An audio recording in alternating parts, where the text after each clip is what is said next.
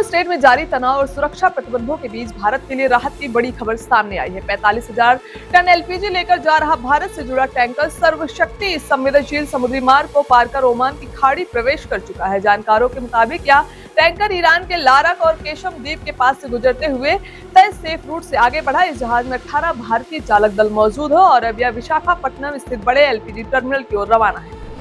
Middle east में जारी तनाव और युद्ध जैसे हालात के बीच अमेरिका के राष्ट्रपति ट्रंप ने ईरान को एक बार फिर कड़ी चेतावनी दे दी है। ट्रंप ने साफ कहा है कि अगर ईरान ने कोई गलत कदम उठाया तो अमेरिका दोबारा सैन्य कार्रवाई से पीछे नहीं हटेगा।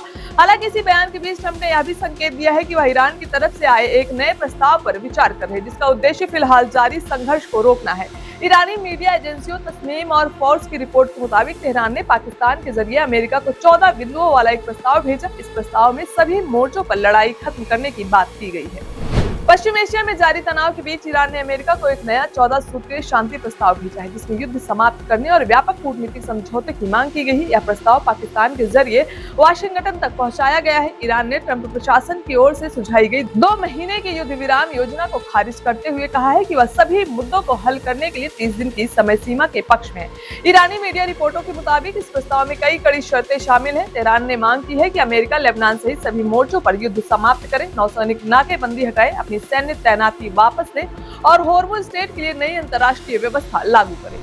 2026 के हेनले पासपोर्ट इंडेक्स रिपोर्ट में दुनिया के सबसे ताकतवर पासपोर्ट की सूची जारी कर दी गई है। इस बार भी सिंगापुर ने पहला स्थान हासिल किया है, जहां के नागरिकों 192 देशों में बिना वीजा यात्रा कर सकते हैं। सिंगापुर के बाद जापान, दक्षिण कोरिया और संयुक्त अरब अमीरात संयुक्त रूप से दूसरे स्थान पर है। इन देशों के नागरिक 187 देशों में वीजा फ्री एंट्री पा सकते हैं। यूरोप के नॉर्वे और स्विट्जरलैंड भी टॉप रैंकिंग में शामिल है। इस रैंकिंग में भारत का पासपोर्ट मध्यम श्रेणी में रखा गया है, जहाँ भारतीय नागरिकों को सीमित देशों में ही फ्री वीजा या वीजा ऑन अराइवल सुविधा मिलती है। अमेरिका और ईरान के बीच बढ़ते तनाव के बीच एक बड़ा कूटनीतिक घटनाक्रम सामने आया है। ईरान ने पाकिस्तान के जरिए अमेरिका को 14 सूत्रीय शांति प्रस्ताव भेजा, लेकिन इस पर अमेरिकी राष्ट्रपति ट्रंप का रुख बेहद सख्त नजर आ रहा है। ट्रंप ने इस प्रस्ताव पर संदेश जताते हुए कहा है कि इसे स्वीकार करना आसान नहीं होगा।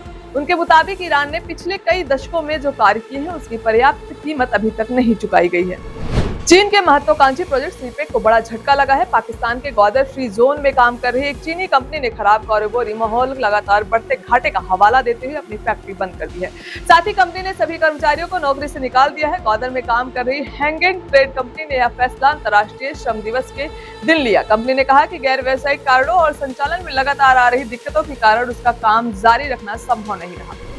मध्य पूर्व में बढ़ते सैन्य तनाव के बीच इजराइल ने संयुक्त अरब अमीरात को एक अत्याधुनिक लेजर हथियार सिस्टम भेजा है, जिससे क्षेत्रीय रक्षा सहयोग को एक नया आयाम मिला। यह advance laser system iron beam नाम से जाना जाता है, जिसे ड्रोन और मिसाइलों को हवा में ही नष्ट करने के लिए डिजाइन किया गया है। इसकी खासियत यह है कि यह लेजर बीम के जरिए लक्ष्य को इतनी तेजी से गर्म करता है कि वह राख बन जाता है। पश्चिम एशिया में जारी तनाव के बीच ईरान के सर्वोच्च नेता के प्रतिनिधि अब्दुल मजीद हकीम इलाही ने एक चौंकाने वाला दावा किया है। उन्होंने कहा है कि ईरान सरकार को 3 दिनों में गिराने का एक प्लान तैयार किया गया। इलाही ने यह बयान एक प्रेस कॉन्फ्रेंस में दिया और साथ ही दुनिया के देशों से युद्ध रोकने की अपील की। उन्होंने कहा है कि ईरान कभी इस युद्ध में शामिल नहीं होना चाहता था, लेकिन हालात ने उसे मजबूर किया। इलाही ने कहा है कि संघर्ष में हर देश प्रभावित हुआ और अब समय आ गया है कि अमेरिका और इजराइल से युद्ध रोकने की अपील की जाए, ताकि क्षेत्र में स्थिति सामान्य हो सके। अमेरिकी वायुसेना ने अपने F-16 फाइटर जेट्स के रडार सिस्टम को तकनीकी रूप से मजबूत बनाने के लिए $488 मिलियन का लंबी अवधि का कॉन्ट्रैक्ट जारी किया। यह डील अमेरिकी रक्षा कंपनी नॉर्थरोप ग्रुमन सिस्टम को दी गई है। इस कॉन्ट्रैक्ट के तहत F-16 विमानों को प्रमुख रडार सिस्टम APG-66 और APG-68 को अपग्रेड और तकनीकी सपोर्ट दिया जाएगा, जिससे उनकी ऑपरेशनल क्षमता और निगरानी क्षमता में सुधार होगा। इस प्रोग्राम में पाकिस्तान सहित कई सहयोगी देशों के F-16 बेड़े शामिल हैं। माना जा रहा है इस अपग्रेड से पाकिस्तान के फाइटर जेट्स की क्षमता और रडार सिस्टम की दक्षता बढ़ोतरी करेगी। जर्मनी ने इस दौरान करीब 8,10,000 टन प्लास्टिक कचरा विदेशों में भेजा। रिपोर्ट के मुताबिक जर्मनी ने यूरोप की रिसाइकलिंग नीति के तहत भारी मात्रा में प्लास्टिक कचरा अन्य देशों को निर्यात किया, जिससे यह नंबर 1 पर पहुंच गया। ब्रिटेन ने भी 2025 में 6,75,000 टन प्लास्टिक कचरा निर्यात किया, जो पिछले 8 सालों में सबसे ज्यादा है। यह मात्रा करीब 1,27,00,000 शिपिंग कंटेनरों के बराबर बताई गई।